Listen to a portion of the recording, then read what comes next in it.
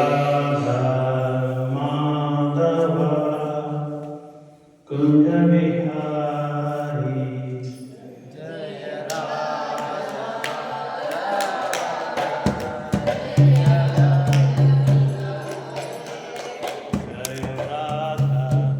Madhav Kunj Bihari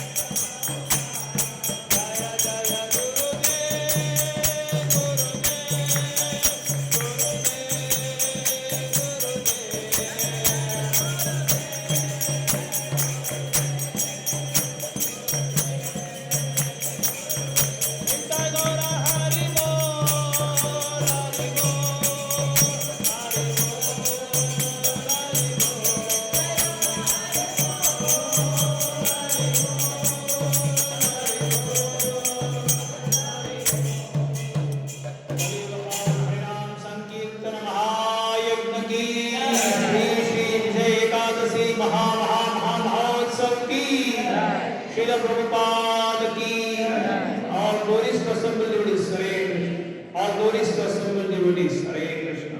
All glories to assembled devotees, Hare Krishna. All glories to Guru Narada Srila Prabhupada.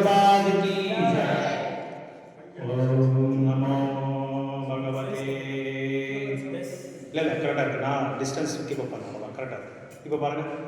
ஓம் நமோ பகவதே வாசுதேவாய. ஓம் நமோ பகவதே வாசுதேவாய. ஓம் நமோ பகவதே வாசுதேவாய. ஓம் நமோ பகவதே வாசுதேவாய. நாராயணம் நமஸ்கிருத்யம் நாராயணம் நமஸ்கிருத்யம் நரம் சைவ நரோத்தமம் நரம் சைவ நரோத்தமம் தேவீம் சரஸ்வதிம் வியாசம் ததோ ஜயமுதிரே நஷ்டப்ராயேஷு அபத்ரேஷு நித்யம் பாகவத சேவயா தே உத்தம ஸ்லோகே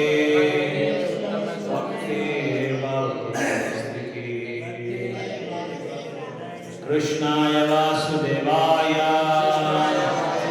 தேவகீ நந்தனாய ச கோபாகுமாராய கோவிந்தாய நமோ நமः. வசுதேவசுதம் தேவம் கம்சசானூரமர்ஜனம் தேவகீ பரமானந்தம் கிருஷ்ணம் வந்தே ஜகத்குரு. நாமசிந்தாமணி கிருஷ்ண चैतन्यारस विग्रह पूर्णशुद्धो नित्यमुक्तो अभिन्नत्वं नानाविने. ஸோ எல்லாருக்கும் ஹாப்பி விஜய ஏகாதசி. விஜய ஏகாதசியோட நன்மைகள் எல்லாமே நீங்கள் அடையணும்னு சொல்லி நம்ம இன்னைக்கு பகவான் பிரார்த்தனை பண்ணலாம். ரொம்ப விசேஷமான நாள் அது. நம்ம கோயிலில் வெள்ளிக்கிழமை விசேஷம். வெள்ளிக்கிழமை ஏகாதசி விழுந்திருக்குன்னா பக்தர்கள்லாம் ரொம்ப ஆனந்தமாக சந்தோஷமாக இருக்குது. இந்த பூவோட அலங்காரத்தையே நம்மளோட வாத்தாவரத்தையே அப்படியே மாற்றத்தை கொண்டு வருது, ஆன்மீகமான மாற்றத்தை கொண்டு வருது. நான் பிரவேசம் கோயில் உள்ளே வந்தவுடனே என்னடா நம்ம கோயில் வந்தோமா இல்லை வைகுண்டத்துக்கு வந்தோமான்ற மாதிரி ஒரு ஆனந்தத்தை நம்ம ஃபீல் பண்ணலாம், அனுபவிக்கலாம். ஸோ முக்கியமாக நிறைய பேர் ஏகாதசி விரதத்தை ஃபாலோ பண்ணிட்டு இருக்காங்க, கடைப்பிடிச்சிட்டு இருக்காங்க. ஆனால் இந்த ஏகாதசி பற்றி அதோட முக்கியத்துவம், அதோட முக்கியத்துவம், அதோட பலன்கள் யாருக்குமே பக்தர்களுக்கு மட்டும்தான் அது தெரிய வருது. ஆனால் நிறைய பேருக்கு அது தெரிய வரல, அது நிறைய பேருக்கு அது புரிஞ்சிக்க முடியல. அதனால் இன்றைக்கி அந்த ஏகாதசி எதுக்காக நம்ம ஏகாதசி கடைப்பிடிக்கணும், ஏகாதசி கடைப்பிடிக்கிறதுனால நம்மளுக்கு கிடைக்கிற பலன் என்ன, இல்லை ஏகாதசி கடைப்பிடிக்காமல் இருந்தால் நம்ம அனுபவிக்க வேண்டிய தண்டனைகள் என்னென்னு சொல்லி இன்றைக்கி நம்ம பார்க்கலாம். ஸோ ஒரு மாதத்துக்கு 2 ஏகாதசி வரும். ஒரு மாதத்துக்கு 2 ஏகாதசி வரும். அதுதான். ஹரே கிருஷ்ணா, ஹரே கிருஷ்ணா. இங்கே எத்தனை பேர் ஏகாதசி விரதத்தை ஃபாலோ பண்ணுறீங்க? 1 2 4 5. Okay, very good. आप भी फॉलो का आचरण करते हैं एकादशी? मैसेज कौन संदेश देता है? हाँ, यहाँ से नहीं, पहले से करता है आप.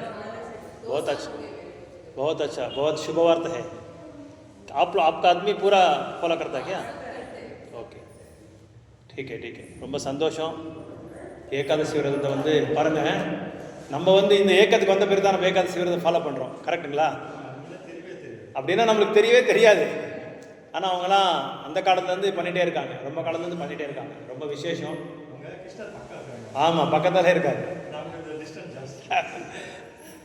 இல்லை, அது முன்னோர்கள் அப்படியே ஃபாலோ பண்ணுறதுனால அவங்க அப்படியே ஃபாலோ பண்ணுறாங்க. आपका पिता आपका वो सभी फॉलो करता ना पहले से? हाँ, अच्छा अच्छा. ஸோ அதனால் அவங்களுக்கு அந்த பழக்கம் இருக்குது, அந்த ஆச்சாரம் இருக்குது. நம்மளுக்கு இந்த ஏக்கத்துக்கு வந்ததுனால நம்ம ஆச்சாரியாஸோட கருணைனால, அவங்களோட என்ன சொல்கிறது, அவங்களோட அனுகிரகத்தினால நம்மளுக்கு இந்த ஒரு மகாபாக்கியம் கிடச்சிருக்கு. ஆக்சுவலி ஏகாதசி மாதவ திதி ஜனனி, ஏகாதசி ஜனனின்னு சொல்கிறாங்க. மாதவ திதி பக்தி ஜனனி அப்படின்னு சொல்லி சொல்கிறான். அப்படின்னா ஹரிவாசம். ஏகாதசின்னா ஹரிக்கு ரொம்ப ரொம்ப பிடிச்சிருக்கிற ஒரு நாள், ரொம்ப ரொம்ப பிடிச்சிருக்குது. ஏன் அப்படின்னா பகவானோட ஒரு லீலை வந்து இதில் நம்ம வந்து பேச வேண்டிய ஒரு இது இருக்குது, கட்டாயம் இருக்குது. ஒரு தடவை பகவான் கிருஷ்ணர் வந்து என்ன பண்ணுறாருன்னா முரா என்ற ஒரு அரக்கனை வந்து தேவர்களுக்கு ரொம்ப தொந்தரவு கொடுக்கறதுனால எப்படியாவது தேவர்கள்லாம் போய் பகவான் கிட்ட கெஞ்சி கேட்டாங்க, பிரார்த்தனை பண்ணாங்க, எப்படியாவது நீங்கள் இந்த முரான்ற அரக்கனை வந்து நீங்கள் வதம் பண்ணும், எங்களுக்கு நித்தியமாக உங்களோட சேவை செய்கிறதுக்கு வந்து ஒரு பெரிய தடையாக இருக்கா அப்படின்னு சொல்லி அவர் வந்து வேண்டுதல் பண்ணதுனால பகவான் என்ன பண்ணுறாருன்னா முராவோட ராஜதானி இருக்கு இல்லையா, அந்த ராஜதானிக்குள்ளேயே பிரவேசம் பண்ணுறார். அங்கே பிரவேசம் பண்ணி முரா கிட்ட வந்து போர் பண்ணுறதுக்காக அவர் வந்து அவரோட விருப்பத்தை சொல்கிறார் முரா கிட்ட. ஸோ முராவும் ஒரு அடியாக இருக்கார். அரக்கனுங்களாம் நீங்கள் பார்க்கலாம், அவங்களோட தன்மையை எப்படி இருக்குன்னா எப்பவும் வந்து தேவர்கள்கிட்ட போர் பண்ணுறது, இல்லை பகவான் விஷ்ணு கிட்ட போர் பண்ணுறது. கேட்குதுங்களா உங்களுக்கு? கரெக்டாக இருக்குங்களா? ஸோ அந்த மாதிரி போர் பண்ணுறதே அவங்களோட முக்கியமான ஒரு தொழில் அவங்களுக்கு. அப்படி பார்க்கும்போது விஷ்ணுக்கும் முராவுக்கும் வந்து பயங்கரமான ஒரு பெரிய போராட்டம் நடக்குது. அந்த போராட்டத்தில் முரா வந்து ஒரு பயங்கரமான பலசாலி, அவருக்கு எல்லா கல்விகளும் தெரியும், எப்படியெல்லாம் வந்து சத்ருவை வந்து வதம் பண்ணுன்றது நல்லா அவருக்கு வந்து கொடுத்து வச்ச பெரிய வரம் அவங்களுக்கு. இப்படி ரெண்டு பேரும் போராடிட்டு இருக்கும்போது பல வருடங்கள் ரெண்டு பேரும் போர் பண்ணாங்க. அப்போ ரொம்ப நாள் ஆன பிறகு பகவான் என்ன நினைச்சார் அப்படின்னா, நான் கொஞ்ச நேரம் விஸ்ராமம் எடுக்கணும், கொஞ்ச நேரம் நான் வந்து ரெஸ்ட் எடுக்கணும் அப்படின்னு சொல்லி ஒரு மரத்து கீழே போய் அவர் ரெஸ்ட் எடுத்துட்டு இருக்கும்போது முரா அவரை நோக்கி வரார், பகவான் நோக்கி வரார் முரா. அப்படி வரும்போது பகவான் படுத்துட்டே இருக்காரு, பகவானுக்கு எந்த விதமான இது இல்லை, முரா வர்றதுன்றது ஒன்றுமே அவருக்கு வந்து அந்த கான்சியஸ்னஸில் இல்லை, அந்த உணர்வில் இல்லை அவர். அப்போது ஒரு விசேஷமான ஒரு பெண் வந்து பகவான் கிருஷ்ணனோட உடல்லேருந்து வெளியே வருது. அந்த விசேஷமான பெண்ணு இந்த முராவை பார்த்த உடனே, ஓ இது பகவானுக்கு ஏதோ ஒரு இது தொந்தரவு பிரச்சனை பண்ண போகிறாங்க, இல்லை பகவானுக்கு ஏதோ செய்ய போகிறாங்க அப்படின்னு சொல்லி நினச்சிட்டு உடனே முரா கிட்ட அவங்க சண்டை போட்டாங்க. யாரு? அந்த பெண்மணி. அந்த பெண்மணி அதை நினச்ச உடனே அவங்க ரெண்டு பேருக்கும் போர் நடக்குது. அந்த பெண்மணிக்கும் அந்த முராக்கும் போர் நடக்குது. அந்த போரில் அந்த பெண்மணி வந்து அவரை வதம் பண்ணிட்டாரு, முராவை வதம் பண்ண உடனே அப்போதான் பகவான் வந்து அந்த தூக்கத்துலேருந்து வெளியே வராரு. வெளியே வந்த உடனே யார் நீன்னு சொல்லி கேட்குறாரு. ஒன்றுமே தெரியாம மாதிரி பகவான் வந்து யார் நீங்கள், எப்படி வந்தீங்க, என்ன நடந்தது அப்படின்னு சொல்லி கேட்குறாங்க. பகவான் தெரியுமா தெரியாத? இது எல்லாமே தெரியும் அவருக்கு, தெரியாத மாதிரி கேட்குறாரு. அப்போ கேட்கும்போது அவர் சொல்கிறாரு, உங்களுக்கு தெரியாது ஒன்றும் இல்லை, உங்களோட உள்ள இருந்தால் தான் நான் உத்பவமானது. ஸோ இந்த முரா வந்து உங்களை நோக்கி வரும்போது உங்களுக்கு எதுவும் ஆகாது, இருந்தாலும் உங்களுக்கு ஒரு இது கொடுக்குற ஒரு சேவை செய்யணும்னு சொல்லி நான் என்ன பண்ணேன், அவங்கள வந்து வதம் பண்ணிட்டேன் அப்படின்னு சொல்லி சொல்லும்போது விஷ்ணு வந்து ரொம்ப சந்தோஷப்படுறாரு. ரொம்ப சந்தோஷப்பட்டு உனக்கு என்ன வேணுமோ கேடு கொடுத்துட்ற அப்படின்னு சொல்லி சொல்கிறார். நம்ம கூட அரேக்ஷண மந்திரம் குறைஞ்சது 16 ரவுண்டு டெய்லி பண்ணி ஒரு மாதத்துக்கு ஏகாதசி 2 விரதத்தை ஃபாலோ பண்ணால் நம்மளுக்கு என்ன வேணும் கொடுத்துட்றார் பகவான். நீங்களாம் கோரிக்கை வைக்கலாம், இப்போ எதை வேணாலும் கொடுப்பார் பகவான் உங்களுக்கு. அப்போது என்ன பண்ணார் அப்படின்னா அவர் அந்த பெண்மணி வந்து பகவான்கிட்ட கேட்டார், என்ன வரம் கேட்குறதுன்னு சொல்லி அவருக்கு தெரியாமல் பகவானே சொல்கிறார், இனிமேல் வந்து உனக்கு வந்து ஏகாதசின்னு சொல்லி பேர் வைக்கிறேன். ஏகாதசி அப்படின்னா அந்த திதி நாள் 11வது நாள் வந்து ஏகாதசி. பிரதமா த்விதியா திருத்தியா சதுர்தசி பஞ்சமி ஷஷ்டி சப்தமி அஷ்டமி நவமி தசமி ஏகாதசி. ஸோ ஏகாதசியான ஏகான 1, தசியான 10. ஸோ 10 + 1 11 நாள். 11வது நாளோட திதியை வந்து தான் ஏகாதசி அப்படின்னு சொல்லி சொல்கிறாங்க. நீ ஏகாதசி நாள் நீ வந்து என்னோட உடலில் நீ தோணுதுனால உனக்கு 11ஆம் நாள் நீ தோணுதுனால உனக்கு ஏகாதசின்னு பேர் வச்சிருக்க. உனக்கு யார் ஒருத்தர் வந்து இந்த நாள், இந்த ஏகாதசி நாள் வந்து இந்த விரதத்தை வந்து கடைப்பிடிக்கிறாங்களோ அவங்க எல்லா பாவத்திலேருந்து தூரம் ஆயிடுறாங்க அப்படின்னு சொல்லி பகவான் விஷ்ணு வந்து அவருக்கு வந்து வரம் கொடுத்துட்றாரு. இப்போ நம்ம பல விரதங்கள் நம்ம பார்க்கலாம் இல்லையா? நிறைய விரதங்கள் இருக்கு. யாருக்காவது என்னென்ன விரதங்கள் தெரியுமா? நிறைய விரதங்கள் நம்ம வந்து கடைப்பிடிக்கிறோம் இல்லையா? நம்ம கலாச்சாரத்தில் நிறைய விரதங்கள் இருக்கு. வெள்ளிக்கிழமை விரதம், அது அது ஒன்று. வேலைக்கிழமை அது ஓகே, நாளைக்கு ஒரு விரதம் இருக்கு. அது இல்லாமல் லக்ஷ்மி விரதம், மகாலட்சுமி விரதம் உங்களுக்கெல்லாம் நல்லா தெரியும். வரலட்சுமி விரதா அப்படின்னு சொல்லி சொல்லுவாங்க. அதுக்கப்புறம் வந்து சங்கஷ்ட சதுர்த்தி அப்படின்னு சொல்லி சொல்றாங்க. அது ஒன்று. அதுக்கப்புறம் வந்து மங்கள கௌரி விரதம் அது பண்ணுவோம் இல்லையா? மங்கள கௌரி விரதம் எதுக்காக பண்றாங்க சொல்லுங்க பார்க்கலாம். நல்ல கணவன் வரணும், நல்ல ஒரு பெண்மணி வரணும் அப்படின்னு சொல்லி தான் மங்கள கௌரி விரதத்தை நம்ம வந்து கடைபிடிக்கிறோம். அது மட்டும் இல்லாமல் அந்த நாள் வந்து தன்னோட கணவர் யார் இருக்காங்களோ அவரோட கணவரோட வாழ்க்கையை வந்து எந்த விதமான ஒரு தீமையை வந்து அவங்கள வந்து தாக்கக்கூடாது அப்படின்னு சொல்லி தான் மங்கள கௌரி விரதம் வந்து ஃபாலோ பண்ணுறோம். இப்படி ஒரு விரதத்துக்கும் சில ஆன்மீகமான சில புண்ணிய காரியங்கள் வர்றதுக்கு சில லாபங்கள்லாம் இருக்குது, சில பலங்கள்லாம் இருக்குது. ஆனால் எல்லா பலன்களும் நம்ம ஒரே விரதத்தில் வந்து நம்ம அடையணும் அப்படின்னு சொல்லி யாருக்காவது ஆசை இருக்கா? எல்லா பலன்களும் ஒரே நாள் ஒரே விரதத்தை வந்து நம்ம ஃபாலோ பண்ணணும். ஒரே விரதத்தை நம்ம அப்சர்வ் பண்ண கடைபிடிச்சிட்டா நமக்கு எல்லா பலன்களும் நம்மளுக்கு அடையணும். அப்படி ஒன்று ஏகாதசி மட்டும்தான். நீங்கள் ஏகாதசி விரதத்தை வந்து நீங்கள் கடைபிடிச்சா எல்லா விரதங்களும் அதில் இருக்கும். விரதத்திலேயே வந்து உன்னதமானது, அற்புதமானது, ஆச்சரியமானது, எல்லா பலன்களும் கொடுக்க வேண்டிய ஒரு விரதம் வந்து ஏகாதசி விரதம். அதனால தான் ஏகாதசி விரதம் வந்து பக்தி ஜனனி அப்படின்னு சொல்லி சொல்றாங்க. இந்த பக்திக்கு வந்து யார் தாய் அப்படின்னா ஏகாதசி தான். அப்போ எதுக்காக நாங்கள் ஏகாதசி நம்ம ஃபாலோ பண்ணோம்? யாராவது சொல்ல முடியுமா? எதுக்காக நம்ம வந்து ஏகாதசி விரதத்தை நம்ம ஃபாலோ பண்ணோம்? எதுக்காக நம்ம வந்து கடைப்பிடிக்கணும்? நீங்கள் எல்லாருமே நம்ம எல்லாருமே கடைப்பிடிச்சிட்டு இருக்கோம் இல்லையா? எதுக்காக நம்ம கடைப்பிடிக்கணும் அதை?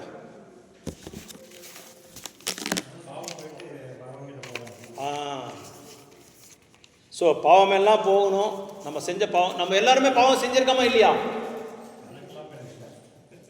எத்தனை பாவம் நம்ம பண்ணியிருக்கோம்? ஆனால் நம்ம பாவத்தை எண்ண முடியாது.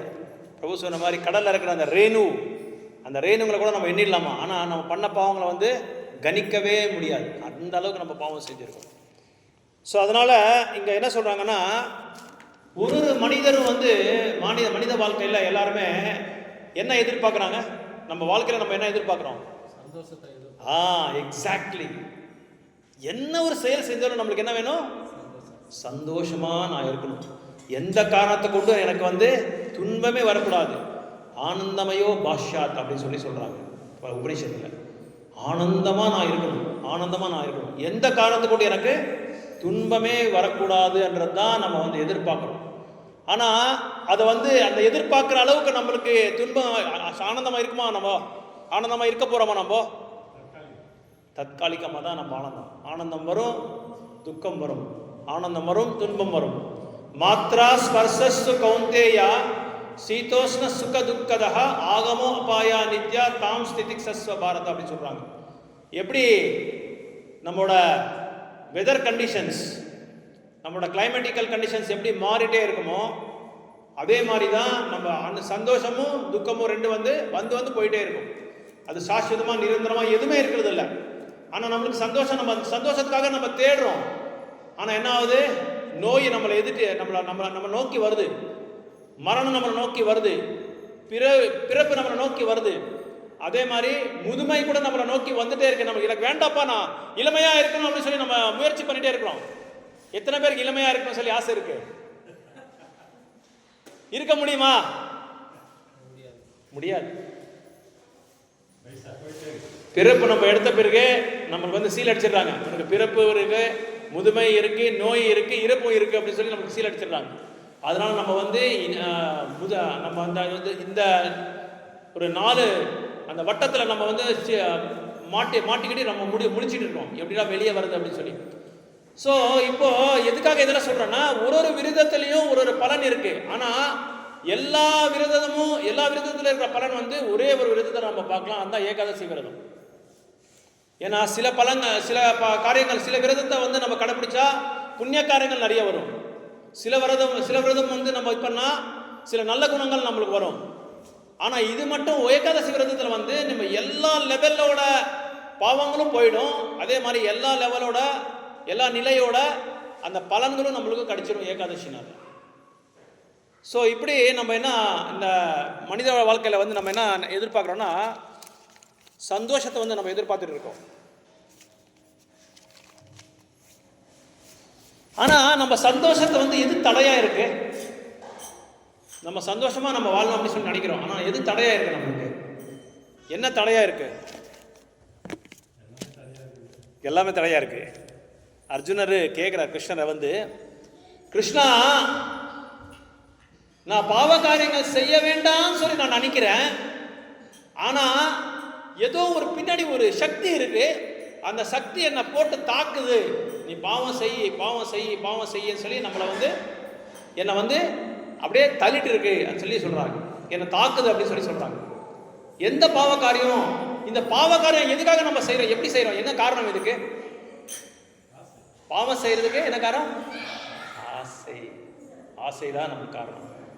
ஸோ துக்கம், புத்தர் கூட சொல்றாரு, desire is the root cause of all evils அப்படின்னு சொல்றாங்க. ஆசை தான் எல்லா துன்பத்துக்கும் மூல காரணம் அப்படின்னு சொல்லி சொல்றாங்க. ஸோ இந்த ஆசை நம்மளுக்கு காம ஏஷ குரோத ஏஷ ரஜோகுண சமுத்பவா அப்படின்னு சொல்றாங்க கிருஷ்ணர் கீதையில. காம ஏஷ குரோத ஏஷ ரஜோகுண சமுத்பவா. காமம் இருக்கிறதுனால தான் நம்மளுக்கு என்ன ஆகுது? ஆசை இருக்கிறதுனால தான் நம்மளுக்கு என்ன செய்யறோம்? குரோதம் வருது. நம்ம அடைய முடியாத ஒரு காரணத்தை என்ன ஆகுது? நம்மளுக்கு கோபம் வந்துடுது. அதனால இதுக்கு எல்லாமே காரணம், இந்த பாவங்கள் செய்யறதுக்கு காரணமே என்ன வந்து காமம், ஆசை. இது வந்து இந்த ஃபார்முலா வந்து நல்லா நம்ம புரிஞ்சுக்கணும். அப்பதான் நம்ம வந்து கரெக்ட் பண்ண முடியும் நம்ம வாழ்க்கையை வந்து. பாவங்கள் செய்யறதுக்கு காரணம் வந்து பேசிக் வந்து நம்மளுக்கு பின்னாடி என்ன இருக்கு? பாவம் காரியத்துக்கு நம்ம செய்யறதுக்கு அதுக்கு என்ன காரணம்னா காமம் தான். ஸோ காமம் இருக்கிறதுனால தான் நம்ம இந்த மாதிரி இதெல்லாமே பாவ காரியங்கள் செஞ்சுட்டு இருக்கோம். ஸோ இந்த பாவ காரியங்கள்னால தான் நம்ம வந்து அனுபவிச்சுட்டு இருக்கோம். ஸோ இப்படி ஒரு பாவத்தை நம்ம வந்து செய்யாம இருக்கணும் அப்படின்னா பகவான் என்ன சொல்றாங்கன்னா, விரதத்தை வந்து நீங்க கடைப்பிடிக்கணும். இந்த மாதிரி விரதத்தை நீங்க கடைப்பிடிக்கணும். ஏகாதசி, ஜென்மாஷ்டமி, மகாபிரபுவோட தோன்ன நாள், நித்யானந்த பிரபு தோன்ன நாள், ஆச்சாரியஸோட ஸ்ரீராமநவமி, இந்த மாதிரி நிறைய விரதங்கள் வந்துட்டே இருக்கு. இன்னொன்று எதுக்காக நம்ம விரதங்கள் செய்யணும் அப்படின்னு சொல்லி நம்ம சாஸ்திரங்கள் சொல்றாங்கன்னா, புலங்களை வந்து கட்டுப்படுத்துறதுனால தான் நம்ம செய்யணும். நம்ம புலங்களை வந்து நம்மளால கட்டுப்படுத்த முடியாது. ஸோ புலங்களை வந்து நம்ம கட்டுப்படுத்த முடியாது. அந்த புலங்களை கட்டுப்படுத்தணும் அப்படின்னா நம்ம என்ன செய்யணும்? இந்த மாதிரி விரதங்கள் வந்து நம்ம செய்ய வந்து ஆரம்பிக்கணும். அப்போதான் நம்ம வந்து புலங்களை வந்து நம்ம கண்ட்ரோலில் நம்ம இருக்கணும். ஏன்னா நம்ம புலங்களை வந்து கட்டுப்படுத்த முடியாது. ஸோ முக்கியமாக இந்த பாவ காரியங்கள் வந்து மூல காரணம் வந்து ஆசை. இந்த ஆசையை வந்து நம்ம கட்டுப்படுத்தணும் அப்படின்னா செய்யணும், இந்த மாதிரி விரதங்கள் நம்ம செய்ய என்ன ஆகும்? ஒரு நாள் அந்த புலங்கள் வந்து நம்மளோட கண்ட்ரோலுக்கு வந்துடும். அதனால சயின்டிஃபிக் ரீசனிங் கூட நிறைய ரீசனிங் இருக்கு. டாக்டர்ஸ் கூட என்ன சொல்றாங்க அப்படின்னா, நேச்சுரோபதி, இயற்கையோட வைத்தியர்கள் அப்படின்னா என்ன சொல்றாங்கன்னா, மாசத்துக்கு 2 தடவையாவது உங்க உடம்ப வந்து காலியாக வச்சுக்கணும் அப்படின்னு சொல்றாங்க. உங்க வயிறை வந்து காலியாக வச்சுக்கணும், எதுவுமே சாப்பிடாம காலியாக வச்சுக்கணும் அப்படின்னு சொல்றாங்க. ஸோ சாஸ்திரங்களை கூட என்ன சொல்றாங்க அப்படின்னா, எவ்வளோ அளவுக்கு நீங்க வந்து புலங்களை வந்து கட்டுப்படுத்த முடியுமோ அந்த அளவுக்கு நீங்க வந்து ஆசையை கட்டுப்படுத்தலாம். உபவாசா அப்படின்னா என்ன மீனிங் அப்படின்னா, உபான்னா ரொம்ப நெருங்கிட்டு வாசம் அப்படின்னா கிருஷ்ணருக்கு நெருங்கி அங்க வந்து நம்ம பகவானோட சேவைக்கு செய்யணும். முக்கியமா விரதத்தினால சாப்பிடாம இருக்கணும். என்ன சாப்பிடாம இருக்கணும்? தானியங்கள் சாப்பிடக்கூடாது. ஏன் தானியங்கள் சாப்பிடக்கூடாது? மற்ற நாள் தானியம் சாப்பிடலாம், அந்த நாள் மட்டும் ஏன் தானியம் சாப்பிடக்கூடாது? தானியம் எதுக்கு சாப்பிடக்கூடாது அப்படின்னா, அந்த தானியங்களை வந்து பாவபுருஷர் இருக்காரு. இந்த பாவபுருஷர் என்ன செஞ்சாரு? கிருஷ்ணர் கிட்ட போயிட்டு ஒரு தடவை வேண்டுதல் வச்சாரு. எல்லாருக்குமே நீங்க வந்து ஒரு வாழ்வாதாரம் கொடுத்துருக்கீங்க, எனக்கு ஒரு வாழ்வாதாரம் கொடுங்க அப்படின்னு சொல்லி கேட்கிறாரு. அப்போ கிருஷ்ணர் என்ன செஞ்சாரு, நீங்க போய் தானியத்துல போய் நீங்க சேர்ந்துக்கோங்க அப்படின்னு சொல்லி அவருக்கு வாழ்வாதாரம் கொடுத்துட்டாரு. இந்த பக்கம் பக்தர்களை கூப்பிட்டு என்ன சொன்னாங்க, மெசேஜ் கொடுத்துட்டாங்க, நீங்க அன்னைக்கு வந்து தானியம் சாப்பிடாதீங்கன்னு சொல்லிட்டாங்க. ஸோ யார் ஒருத்தர் அன்னைக்கு தானியம் சாப்பிட்றாங்களோ, சாஸ்திரங்கள் சொல்லப்பட்டிருக்கு, என்ன சொல்லப்பட்டிருக்கு அப்படின்னா, கோஹத்யா, அதாவது பசு மாடுகளை வந்து வதம் பண்ணா எந்த அளவுக்கு பாவத்தை நம்ம எடுத்துக்கணுமோ அந்த அளவுக்கு நம்ம பாவம் எடுத்துக்கணுமா. யார் ஒருத்தர் வந்து அன்னைக்கு தானியத்தை சாப்பிட்றாங்களோ அவங்க. அதே மாதிரி சாஸ்திரங்களை சொல்ல என்ன சொல்ல, இன்னொன்று, இந்த ஏகாதசி விரதம் நம்ம வந்து கடைபிடிக்கிறதுனால பிரம்மஹத்யா அப்படி சொல்றாங்க. துளசி பிரேயர் எத்தனை பேர் பண்றாங்க? துளசி பிரேயர் டெய்லி, துளசி பிரார்த்தனை எத்தனை பேர் பண்றாங்க? நம்ம கோயிலில் எல்லாருமே பண்றாங்க. வீட்டில் கூட நீங்கள் எல்லாருமே இதை கடைப்பிடிக்கணும். तुलसी आपका पास तुलसी माता है? तुलसी माता डेली पूजा करता है? अच्छा ठीक है. सो तुलसी का प्रदर्शन करता है, प्रदर्शन करता है, क्या करना है, करना चाहिए. 4 बार प्रदर्शन करना है. 4 தடவை நம்ம வந்து துளசி மாதாயை வந்து பிரதட்சணம் பண்ணணும்.